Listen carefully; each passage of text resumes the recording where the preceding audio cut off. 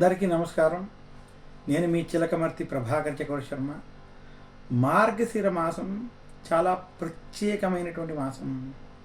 అయితే మార్గశిర మాసం మహావిష్ణువుకి ప్రీతికరమైనటువంటి మాసంగా మాసానాం మార్గశిరోహం అని స్వయంగా శ్రీకృష్ణ భగవానుడు విభూతి యోగంలో భగవద్గీతలో చెప్పడం, ఈ యొక్క విశేషం చేత ఈ మాసం యొక్క ప్రాధాన్యత రావడం మనకి తెలిసినటువంటి విషయం. అయితే ఈ మాసంలో విశేషించి లక్ష్మీదేవిని గురువారం రోజు పూజించడం, ఆరాధించడం చాలా ప్రత్యేకం. చాలామంది లక్ష్మీదేవి అంటే ధనం అనే భావిస్తారు. లక్ష్మీదేవి అంటే స్వచ్ఛత అని.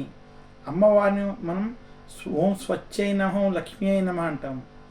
అమ్మవారు ఎవరికైతే మనసు నిర్మలంగా ఉంటుందో, మనసు స్వచ్ఛంగా ఉంటుందో, ఏ ఇంట్లో అయితే శుచి శుభ్రం ఉంటుందో, ఎవరి పనులన్నీ కూడా ధర్మబద్ధంగా స్వచ్ఛంగా ఉంటాయో అటువంటి చోటే అమ్మవారు ఉంటుంది.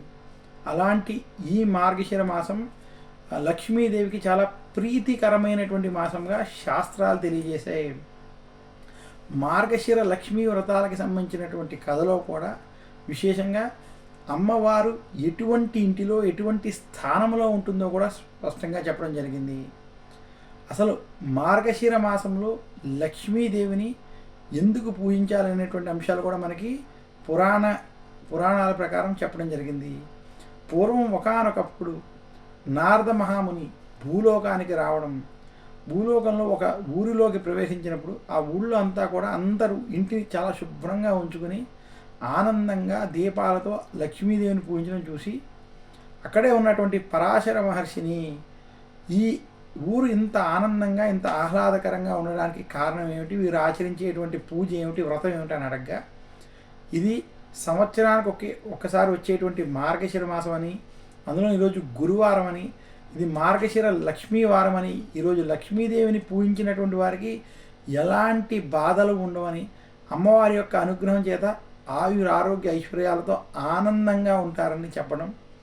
అందువల్ల ఈరోజు ప్రతి ఇల్లు కూడా శుభ్రంగా ఉంచుకుని ఆ ఇంటిని కూడా దీపాలతో అలంకరించుకుని ప్రతి ఒక్కరూ ఉదయము అలాగే సాయంత్ర సమయంలో కూడా లక్ష్మీదేవిని విశేషంగా పూజిస్తారని, ఈ మాసమంతా కూడా 5 రోజులు 5 గురువారాలు విశేషించి అమ్మవారిని పూజించి అమ్మవారికి ప్రత్యేకంగా నైవేద్యాలు వంటివి చేసి, పొలగం వంటివి అమ్మవారికి నివేదన చేసి, అట్లు వంటివి నివేదన చేసి అవన్నీ కూడా ఇతరులకి పంచిపెట్టడం, చుట్టుపక్కల వాళ్ళకి పంచిపెట్టడం వంటివి చేస్తారని, ఇదే ఈ వ్రతంలో ఉన్నటువంటి చాలా కీలకమైన విషయం అని ఇవన్నీ కూడా నారదుడికి చెప్పడం.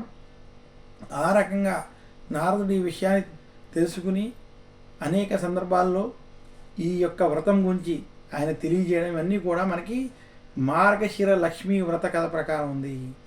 ఈ రకంగా ఎవరైతే మార్గశిర మాసం విశేషించి లక్ష్మీవారాలు గురువారాలు ఈ మార్గశిర లక్ష్మీ వ్రతాన్ని ఆచరిస్తారో అటువంటి వారికి లక్ష్మీదేవి అనుగ్రహం చేత ధన కనక వస్తు వాహనాదులకి లోటు ఉండకుండా, అలాగే వారికి ఆరోగ్య ఐశ్వర్యాలు, స్త్రీలకి సౌభాగ్య ప్రాప్తి కలుగుతుందని మన యొక్క పురాణాలు విశేషించి మార్గశిర లక్ష్మీ వ్రతం మనకి తెలియజేశాయి.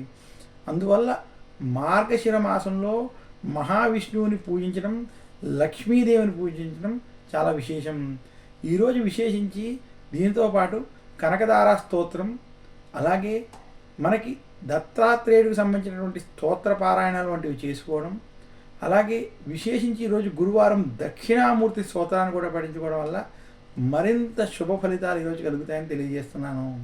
మరొక్కసారి అందరికీ మార్గశిర లక్ష్మీవార శుభాకాంక్షలు తెలియజేస్తూ నమస్కారం. నేను మీ చిలకమర్తి ప్రభాకర్ చక్రవర్తి Sharma. Please subscribe Pragna Media. Please like, share, subscribe to Pragna Media. Pragna Media, please do like, share and subscribe. Please subscribe to Pragna Media. Please like, share and comment if you like the video. Pragna Media.